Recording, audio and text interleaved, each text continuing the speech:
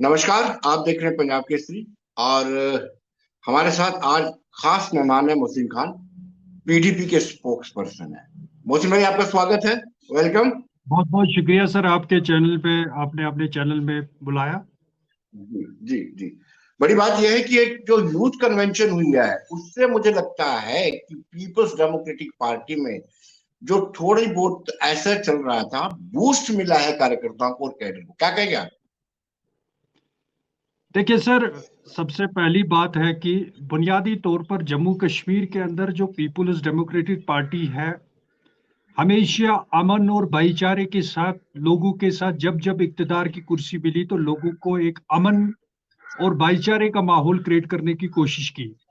जहां तक जी ताल्लुक है आपके सवाल का, बुनियादी तौर पर जो हाल ही में हमारी पार्टी के सदर और साबका वजीर आला जम्मू कश्मीर मोहतरमा महबूबा मुफ्ती साहिबा की कयादत में जो यूथ कन्वेंशन हुआ, जिससे साफ तौर पर एक मैसेज चले गया कि कश्मीर के अंदर जो ग्राउंड लेवल पर पीडीपी है वो पूरी तरीके से मजबूत है। और जी बुनियादी तौर पर जो अफवाहें उड़ाई जा रही थी, जो समझा जा रहा था कि शायद जम्मू कश्मीर के अंदर पीडीपी और बीजेपी की कोalition सरकार के बाद शायद जी पीडीपी को कहीं कमजोर दिखाई दे रही थी। लेकिन एक यूथ कन्वेंशन से, और खास तौर पे ये जो आपने सवाल किया कि नौजवान जो है वो कौम की रीढ़ की हड्डी होती है, और इस यूथ कन्वेंशन ने युवाओं ने एक दिखा दिया कि पूरी तरीके से वादी कश्मीर के साथ साथ जम्मू के चिनाब वैली हो या पीर पंचाल हो, यहाँ पर भी एक पीडीपी का एक अच्छा ग्राउंड है। जिस प्रकार से आप देख सकते हो कि जी मोहतरमा महबूबा मुफ्ती साहिबा का जब भी प्रोग्राम जम्मू का होता है तो आप देख सकते हो कि कार्यकर्ताओं की भीड़ किस तरीके से लगी होती है। तो बिल्कुल मैं आपके सवाल से का ये जी। मुख्तर सर जवाब देता हूं कि लेकिन ये मोहसिन भाई, हकीकत है कि आपने अच्छा बूस्ट। शुरुआत में आपने कहा कि आपकी पार्टी अमन चाहती है। वो कौन सा अमन है जो दिल्ली में आप बैठ करके ये बोलते हो कि तिरंगे को कंधा देने वाला कोई नहीं रहेगा? अगर आप अमन चाहते हो तो इस तरह की बयानबाजी ठीक लगती है? देखिए सर, बुनियादी तौर पर अमन जो हकीकत में मैं आपको एक थोड़ा सा पीछे लेकर जाऊं। जब जम्मू कश्मीर के अंदर पीपुल्स डेमोक्रेटिक पार्टी की शुरुआत हुई तो जम्मू कश्मीर के अंदर इस वक्त मौजूदा टाइम में जिस प्रकार से लोग सड़क, बिजली और ताकत तरक्की की बात करते हैं, लेकिन 2002 के चुनाव की मैं बात करूंगा, जब सड़क, बिजली और पानी की मांग नहीं थी, एक अमन की मांग थी। और बुनियादी तौर पर यह एक जम्मू कश्मीर के लोग ये चाहते थे कि कोई एक ऐसी खिड़की खिले जहां से हमें अमन नजर आए। वो मुफ्ती मोहम्मद सईद साहब की कयादत वाली सरकार बनी जिसने जम्मू कश्मीर के अंदर एक अमन और भाईचारे का माहौल बनाया, इंडो पाक रिलेशंस बनाए। और जिस प्रकार से आपने ये चीज बताई कि दिल्ली के अंदर इस किस्म की जिस प्रकार से मौजूदा सरकार जम्मू कश्मीर के लोगों को क्रश कर रही है और एक डेमोक्रेसी से लोगों को विश्वास उठ रहा है, उस प्रकार से जी मोहतरमा महबूबा मुफ्ती साहिबा का ये कहना है कि अगर इस प्रकार की बातें चलती रही तो लोग बड़े मायूस है और इस किस्म की बातें निकल के आएंगी कि तिरंगे को उठाने के लिए लोग परेशान हैं कि हमने एक सेकुलर फोर्सेस के साथ हाथ मिलाया था, एक सेकुलर मुल्क के साथ हाथ मिलाया था।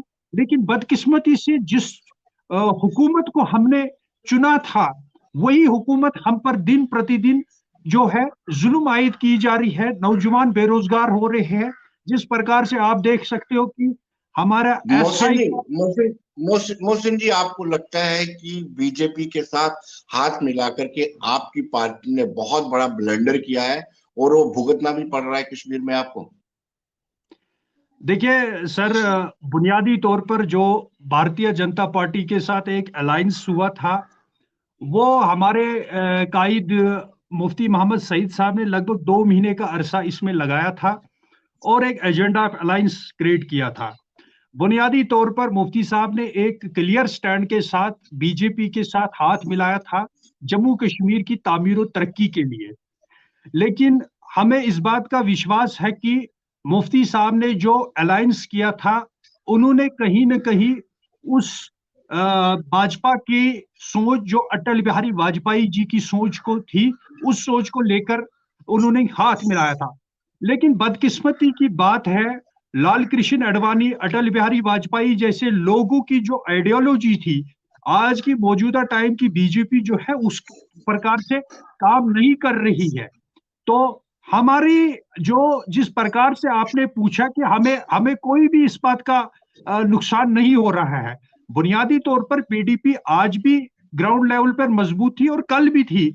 हमारे जैसे वो बहुत नहीं, सारे कार्यकर्ता नौजवान जो है पीडीपी के मोहसिन जी, लिए। आपको मैं रोकूंगा, क्योंकि नेशनल कॉन्फ्रेंस वाले लोगों में ये बातें कर रहे हैं, अपोजिशन वाले ये लोग हैं जो पीडीपी के अगेंस्ट चलते हैं। उनका ये कहना है कि जिस दिन बीजेपी के साथ पीडीपी ने हाथ मिलाया था, उसी दिन से ये तय हो गया था कि 370 और 35 से जो स्पेशल स्टेटस है वो हमसे छीन जाएगा, यहाँ तक की बातें करते हैं। देखिए विनोद जी, मैं आपको एक चीज बताऊंगा। नेशनल कॉन्फ्रेंस जो है वही एक ऐसी जमात है जम्मू कश्मीर, बिला शक हम मानते हैं इस वक्त हमारी जम्मू कश्मीर के अंदर पीएचडीडी है। लेकिन हकीकत में अगर हम देखेंगे, जम्मू कश्मीर के अंदर भारतीय जनता पार्टी जब माइनॉरिटी में थी तो इनको दावत देने वाले नेशनल कॉन्फ्रेंस के लोग भी थे। आपको याद होगा जी। उमर अब्दुल्ला साहब फॉरेनर मिनिस्टर थे भाजपा की सरकार में, और वो यस। पूरे दुनिया के अंदर गए। एक भाजपा ने उनको एक पोस्टर बॉय बनाया। उन्होंने पूरी दुनिया को कहा कि मसले कश्मीर कुछ भी नहीं है। और मैं एक आपको हकीकी मायने में ये चीज बताऊंगा कि 370 या 35A की अमेंडमेंट की बात जो है वो भाजपा का एक मैनिफेस्टोस था।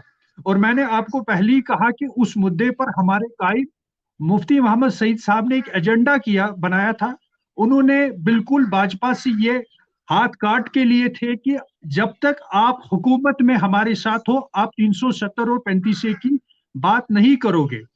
अगर हकीकी मायने में देखा जाए तो इसको इरोड करने वाले जो है 370 और 35A को नेशनल कॉन्फ्रेंस है, जो जी। जिन्होंने जो इसमें ऑलरेडी इन लोगों के साथ अलायंस में थी। उसके बाद सबसे पहले कश्मीर के अंदर प्रॉक्सीज जो अब्दुल गनी लोन साहब सबसे पहले प्रॉक्सीज है, जो आज भी कश्मीर के लोगों को उनकी मुंबई की वो तकरीर याद है।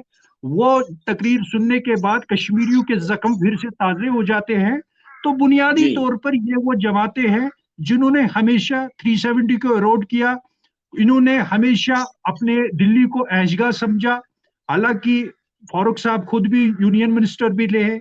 एक वक्त में आप देख सकते हो कि नेशनल कॉन्फ्रेंस जम्मू कश्मीर के अंदर एक सबसे बड़ी पार्टी थी।